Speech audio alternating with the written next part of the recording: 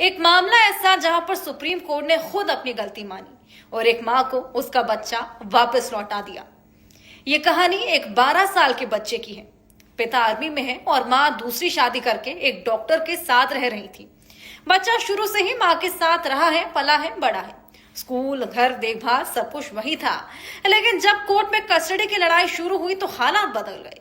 पिता ने दावा किया कि बच्चा अब अजनबियों के साथ रह रहा है, मां की नई फैमिली में।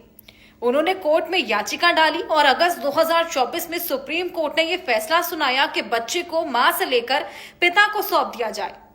फैसला होते ही बच्चा पिता के पास चला गया, लेकिन कुछ ही दिनों में उसकी हालत बिगड़ने लगी, तबीयत बिगड़ने लगी। डर, चिंता, इतनी गहरी बेचैनी कि उसे वेल्लोर के सीएमसी अस्पताल में भर्ती करवाना पड़ा। अब मेडिकल रिपोर्ट्स में सामने आया कि उसे सीवियर एंजाइटी और सेपरेशन ट्रॉमा हो गया था। वो बार बार मां के पास लौटने की बात रटता रहता था।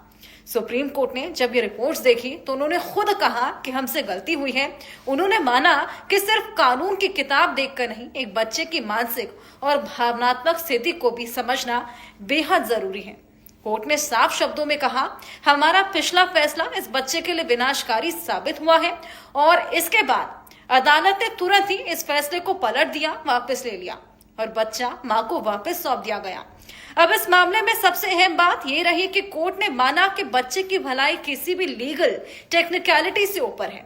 एक बच्चा जो अपनी मां को ही अपनी पूरी दुनिया मानता है, उसे जबरदस्ती एक अलग माहौल में डाल देना, ये उसके लिए सिर्फ बदलाव नहीं, एक सदमा था।